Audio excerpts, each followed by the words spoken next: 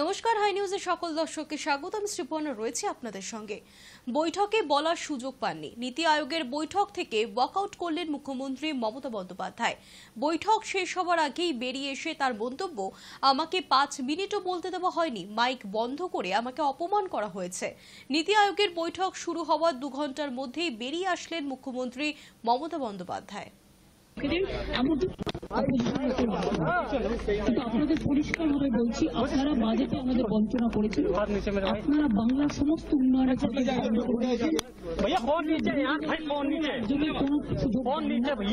এবং আপনারা আমাদের 3 বছর ধরে 100 দিনের কাজ বন্ধ, প্রধানমন্ত্রী আবাস যোজনা বন্ধ, রুরাল রোড যোজনা বন্ধ, সমস্ত কিছু বন্ধ করে রেখেছেন। এমনকি ফুড সাবসিডি পর্যন্ত দেননি। আমরা 1,71,000 কোটি টাকা পাই লাস্ট ইয়ার পর্যন্ত। এই বাজেটেও কিছু নেই, শুধু জিরো। এইটুকু বলার সাথে সাথে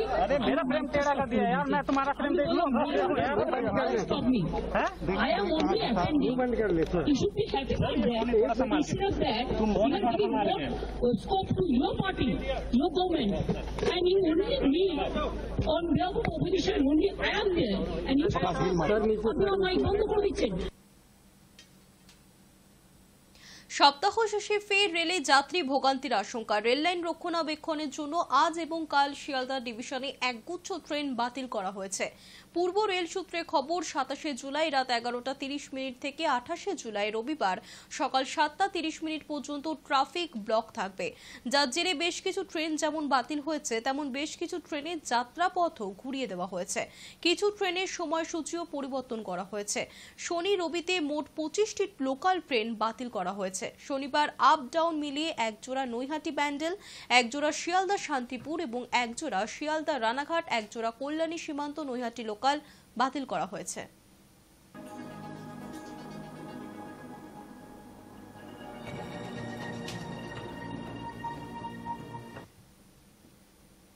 শনিবার মানিকতলা বাজারে এনফোর্সমেন্ট ব্রাঞ্চ, টাস্ক ফোর্স এবং বটতলা থানার পুলিশের যৌথ অভিযান। সবজি এবং আলুর বাজার দর নিয়ন্ত্রণে রয়েছে কিনা তা যাচাই করতেই যৌথ অভিযান। পাইকারি বাজারে আলুর বাজার দর কমে যাওয়ার খুচরো বাজারে জ্যোতি আলু বিক্রি হচ্ছে 32 টাকায়। গত 34 দিনে 6 থেকে 8 টাকা কেজি প্রতি কমেছে জ্যোতি আলুর দাম কমেছে চন্দ্রমুখী আলুরও। শনিবার 36 থেকে 38 টাকা কিলো প্রতি বিক্রি হচ্ছে চন্দ্রমুখী।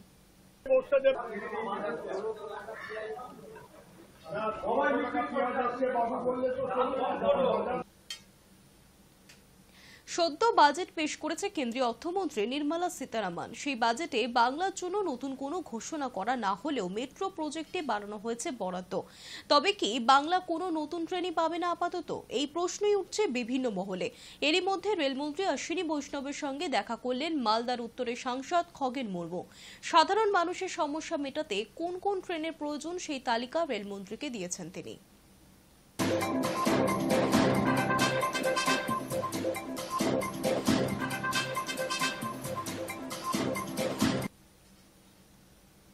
সদ্যই সমাপ্ত হয়েছে উপনির্বাচন। বাগদা উপনির্বাচনে জয়ী হয়েছে তৃণমূলের মধুপর্ণা ঠাকুর।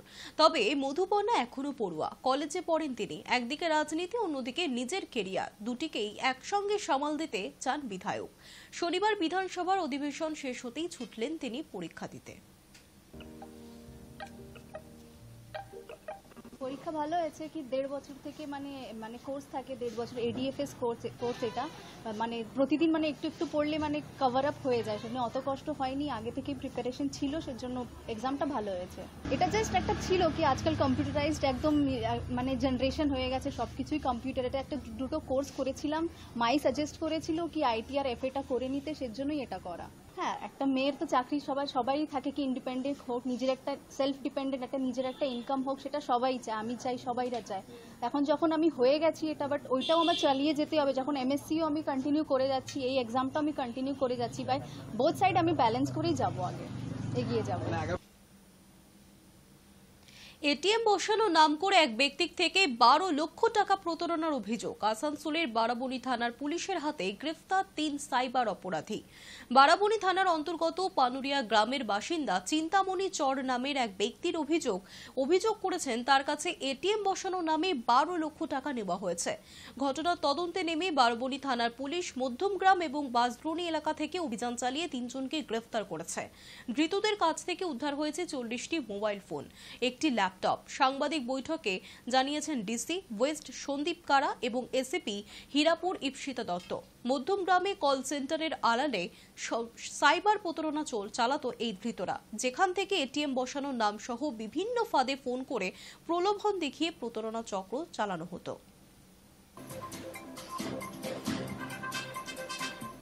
করলে 2 মাসের বেতন দেবে 5,000-6,000 রেখে দেবে, ওদেরকে দিয়ে কল করাবে, কারণ ওদের বলতে আরো অফিস আছে আমাদের, ওখান থেকে লোনটা পেয়ে যাচ্ছে। এখন কোন জায়গায় চিট করা হয়েছে এদের?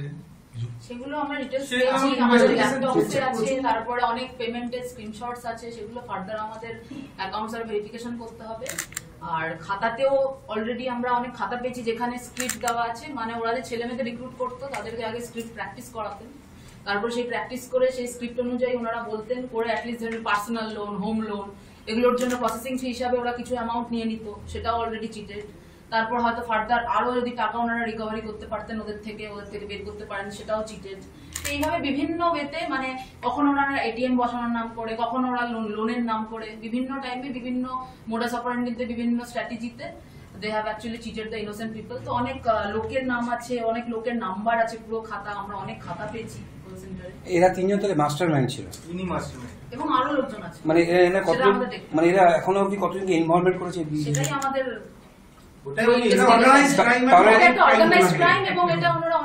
ইন্ট্রোগেশন করার পরে আমি ডিটেলস আরো পাবো। আপনি দেখতে পাচ্ছেন মোবাইল আছে, ল্যাপটপ আছে, ওটা বের করে डिटेल्स देखते होगे। पैसा कुछ रिकवरी हुआ है? पैसा रिकवरी कुछ हुआ है? देखो पैसा रिकवरी तो उनके पास रखते नहीं ना, पैसा होगा बैंक में, तो আমি ব্যাংকে চিঠি করব, ব্যাংক থেকে বের করব, না অ্যাকাউন্ট ব্লক করব, ব্লক করে যেটা চিট হলো ওনা से করে देंगे। सर इन लोगों के पास में वो जो कस्टमर का जो नाम या नंबर होता है, इन लोगों को कैसे मिलता है? These are the things coming under investigation. এগুলো ইনভেস্টিগেশনে জানতে হবে যে অ্যাকাউন্ট কিভাবে পাচ্ছে। ইন্ট্রোগেশন করার পরে পেয়ে যাবে। স্যার আপনি একটা কথা বলেন, এরা আগে অ্যারেস্ট হয়েছে, কতগুলো কেসে অ্যারেস্ট হয়েছে, এরকম কোনো হিস্ট্রি পাওয়া যায়? আমি আপনাকে দিয়ে দেব, অ্যাজ অফ নাও নেই, আমি আপনাকে বলছি। আপনি ও আবার কি তাহলে ওরা মানে জেল থেকে বেরিয়ে পর আবার এই ক্রাইম আবার করছে, প্রফেশনাল ক্রিমিনালস বারবার এটাই করছে। ডিটেইলস আমি কালেক্ট করছি, কোন কোন থানাতে অ্যারেস্ট হলেন, কোথায় উনি জেল কাটলেন, তো ডিটেইলস আপনাকে কিছু সময় পরে আমার। স্যার ওয়াইফের নামটা শুধু একবার যদি একটু বলুন। হ্যাঁ, ওয়াইফের নাম আছে মানসি পাল। মানসি শুরু করে? হ্যাঁ স্যার, ঠিক আছে। আমার বারাবণী থানা একটু ভালো করে কাজ করলে, কিছুদিন আগে আমি একটা কমপ্লেন পেয়েছিলাম ফ্রম চিন্তন করণ স্যার। ওনাকে একটা ফোন এসেছিল, ফোনে বললেন কি আপনার এখানে আমি একটা এটিএম বসাবো, বলে ওনাকে বুঝিয়ে সুঝিয়ে ওনার থেকে 12 লাখ টাকা ওনার অ্যাকাউন্ট থেকে ট্রান্সফার করলো। ও কেসকে ভালো করে ইনভেস্টিগেট করলাম, ইট ওয়াজ ভেরি ডিফিকাল্ট, কোনো প্রুফ ছিল না, কোনো লিড ছিল না, বাট আমার টিম ভালো করে, বারাবণী থানা থেকে সুদীপ আছে, মনোরঞ্জন আছে, আমার এসিপি ইপসিতা আছে, we followed a lot of leads, অনেকগুলো অ্যাকাউন্ট দেখলাম, লোকগুলো অ্যাকাউন্টস দেখে, ফোন নাম্বার দেখে we could finally identify the culprits. কালকে রেড করে আমি ধরা পড়লাম। রেড করার পরে আমি দেখলাম কি ওখানে একটু পুরো বড় কল সেন্টারের সেটআপ চলছে, ওখানে মোটামুটি 35 থেকে 40 জন কাজ করলেন ওখানে, মেয়েরা ছেলেরা কাজ। सर कॉल सेंटर कहाँ से पकड़े? আসছে ওখানে আসছে। তো কল সেন্টার ছিল মধ্যমগ্রামে, তো মধ্যমগ্রাম থেকে ওনাকে ধরা পড়লাম। মাস্টারমাইন্ড আছেন শুভঙ্কর ব্রহ্মচারী, আর ওনার মিসেস আছেন মানসি পাল। দে আর দ্য মাস্টারমাইন্ডস। উনি কল সেন্টারের ওনার আছেন, আর ওনার সঙ্গে আরেকটা মাস্টারমাইন্ড আছে মৌসুমী নন্দী। এই 3 জন মিলিয়ে ও কল সেন্টারের ওনার আছেন। They use to recruit people, 10,000 5,000 টাকা মান্থলি ইনকাম বলে ওনাকে একটা স্ক্রিপ্ট দিতেন। স্ক্রিপ্ট দিয়ে উনি ফোন করে বললেন কি আপনার এখানে আমি এটিএম বসাবো, আপনাকে কি টাওয়ার বসাবো বলে। They have already been arrested multiple times from what I have learn. উনি মানে প্রফেশনাল ক্রিমিনাল আছে। And as you can see আমি অনেকগুলো আমি পেয়েছি ওখানে, around 44 mobile cameras, mobile phones ওখানে পেয়ে গেছে। We have 1 laptop where we have lot of account details. অনেকগুলো বুক আছে যেখানে ওনার স্ক্রিপ্ট কি বলতে হবে কাস্টমারকে, কাউকে ট্রান্সফার করতে হবে কলকে, ওটা একটা পেজ স্ক্রিপ্টও আছে। So this is a very big win.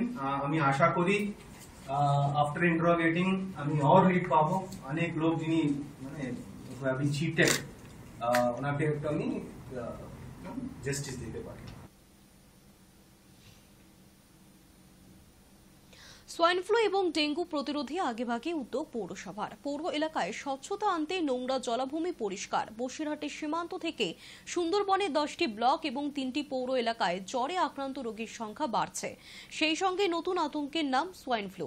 ইতিমধ্যেই বাদুড়িয়া ব্লকের শ্রীরামপুর গ্রামে কলেজ পড়ুয়া সহ আক্রান্ত হয়েছেন 3 জন। বসিরহাট স্বাস্থ্য জেলা হাসপাতালে ডেঙ্গুর উপসর্গ নিয়ে ভর্তি প্রায় 50 জন রোগী। নোংরা আবর্জনা পরিষ্কার করতে এবার সক্রিয় হলেন পৌর প্রধান অদিতি মিত্র রায়চৌধুরী।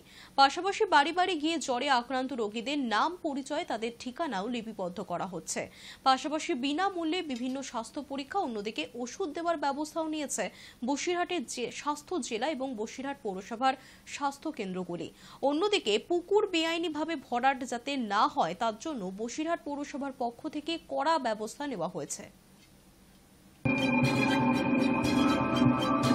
দেখুন, বসিরহাট পৌরসভার মধ্যে এখনো পর্যন্ত ডেঙ্গু আক্রান্ত খবর একটাও আসেনি। হ্যাঁ, জ্বর সবার ঘরে রয়েছে।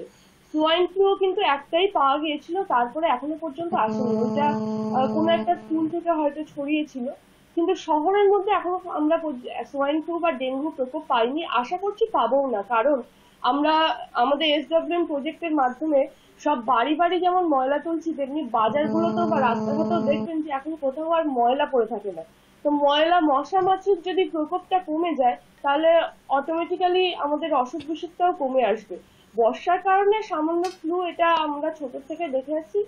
জ্বর, সর্দি কাশিটা তো আটকাতে পারবো না, কিন্তু বড় ধরনের অসুখ, ডেঙ্গু, ম্যালেরিয়া, টাইফয়েড বা সোয়াইন ফ্লু, এই ধরনের অসুখ বিসুখ যাতে না আসে তার জন্য আমরা পৌরসভার পক্ষ থেকে প্রতিটা কাউন্সিলর তত্ত্বাবধানে প্রতি জায়গায় যেমন ড্রেনে স্প্রে করা হচ্ছে তেমনি ব্লিচিংও দেওয়া হচ্ছে। তাছাড়াও ড্রেন, পরিত্যক্ত জমি, পুকুর, রাস্তাঘাট, বাজার সবটা আমরা পরিষ্কার রাখার চেষ্টা করছি।